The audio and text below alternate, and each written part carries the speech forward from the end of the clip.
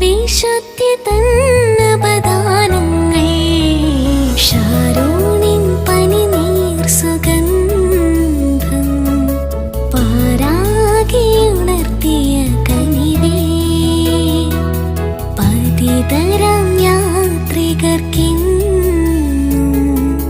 വഴിവിളക്കേകുന്ന അമ്മേ. മരിയാംബികേ വിമലാംബികേ കരുണാദ്ര സ്നേഹത്തിൻ നിറവാരിധി